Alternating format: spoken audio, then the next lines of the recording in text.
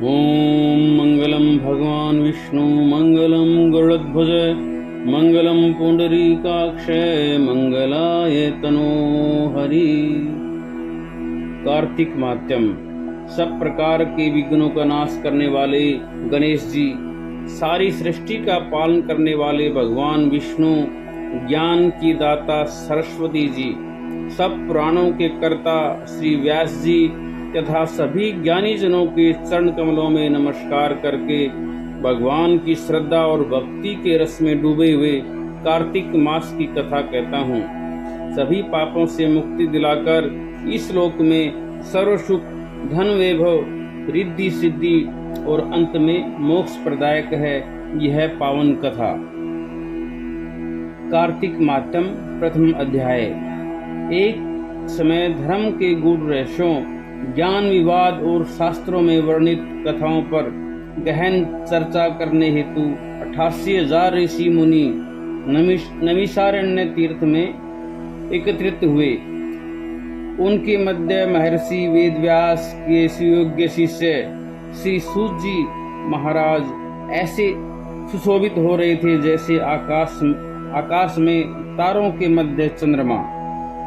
धर्म के सभी गूढ़ रहस्यों, 4 वेदों, 6 शास्त्रों और 18 पुराणों के ज्ञाता श्री सूत जी से सोनकादि 88,000 ऋषि मुनियों ने कहा कि हे मुनि श्रेष्ठ श्री सूत जी, आप कृपा करके हमें कोई ऐसा सरल उपाय बतलाइए जिससे हमारी इस महाघोर कलयुग के प्रहार से रक्षा हो सके। समस्त ऋषि मुनियों के मुख से यह बात सुनकर श्री सूत जी बोले, तुम्हारी श्रद्धा तथा प्रभु भक्ति देखकर मेरा हृदय बहुत प्रसन्न है। इसी से आज मैं तुम्हें कार्तिक मात्यम की पावन कथा सुनाता हूँ। इसके सुनने से इस कलिकाल में मनुष्य के समस्त पाप नष्ट हो जाते हैं और मनुष्य वैकुंठ में वास पाता है। सो आप सावधान होकर सुनिए। एक समय सभी जीवों का भला चाहने वाले ब्रह्मा जी के पुत्र श्री नारद मुनि ब्रह्मलोक में पहुंचकर जगत रचिता श्री ब्रह्मा जी को नतमस्तक प्रणाम करके बड़े विनीत भाव से पूछने लगे कि हे जगत पिता, कृपा करके आप कोई ऐसा धर्मोपदेश सुनाने की कृपा करें जो इस कलिकाल में सब पापों को नष्ट करके मोक्ष देने वाला हो। नारद जी की श्रद्धा युक्त बात सुनकर ब्रह्मा जी बोले कि हे पुत्र, तुमने संसार के कल्याण हेतु यह बात पूछी है। तुम्हारी भगवान के चरणों में सच्ची श्रद्धा और भक्ति देखकर आज मैं तुम्हें कार्तिक मास का पावन महत्व सुनाता हूँ, जिसके पढ़ने और श्रवण करने से मनुष्य के समस्त पाप नष्ट हो जाते हैं और वह इस संसार से सुख होकर अंत में वैकुंठ धाम को प्राप्त करता है। यह कार्तिक मास भगवान को अत्यंत प्रिय है। कार्तिक मास में किया हुआ व्रत, दान, नियम, संयम, पाठ पूजा, कथा श्रवण और भगवान के नाम का जप व कीर्तन अत्यंत फल प्रदान करने वाला है। कार्तिक मास में भगवान का गुणानुवाद सब प्रकार से फलदायक होता है। कार्तिक मास में भगवान के प्रति किया गया प्रत्येक धार्मिक कृत्य सबसे बढ़कर फल देता है। इससे बढ़कर कोई तप और यश नहीं है।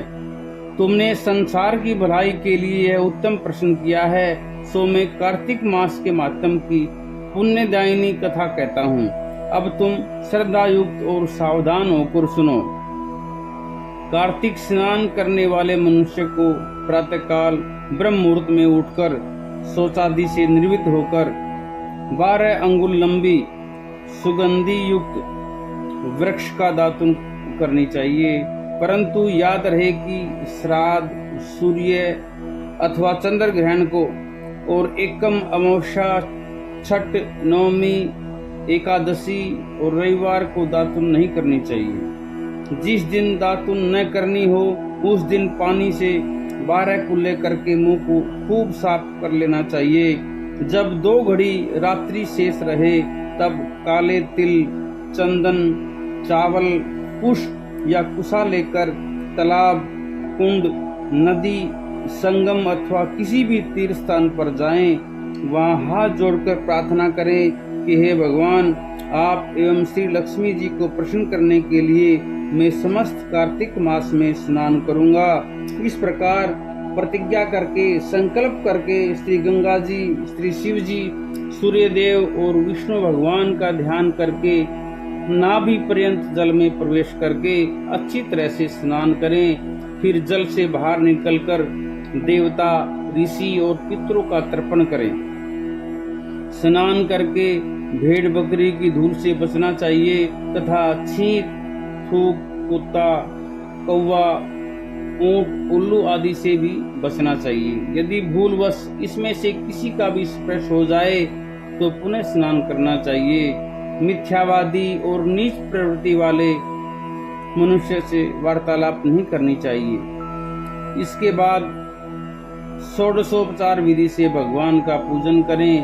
भगवान को अर्घ देवें और प्रार्थना करें कि हे भगवान, आप श्री राधा जी सहित मेरे इस अर्घ को ग्रहण कीजिए। इस प्रकार प्रार्थना करके आवाहन, पाद्य, अर्घ, आचमन, स्नान, वस्त्र, चंदन, अक्षत, पुष्प, धूप, दीप, नैवेद्य, तांबुल, भोगी फल, दक्षिणा, नमस्कार, यह 16 चीजें मूर्ति को अर्पण करें। भगवान को अर्पण करते हुए तुलसी जी की मंजरी से भगवान की षोडशोपचार पूजा आराधना करनी चाहिए।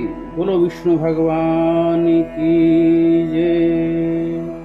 श्रीमन्नारायण नारायण नारायण, भजमन नारायण नारायण नारायण, सत्यनारायण नारायण नारायण, भजमन नारायण नारायण नारायण, तुलसी नारायण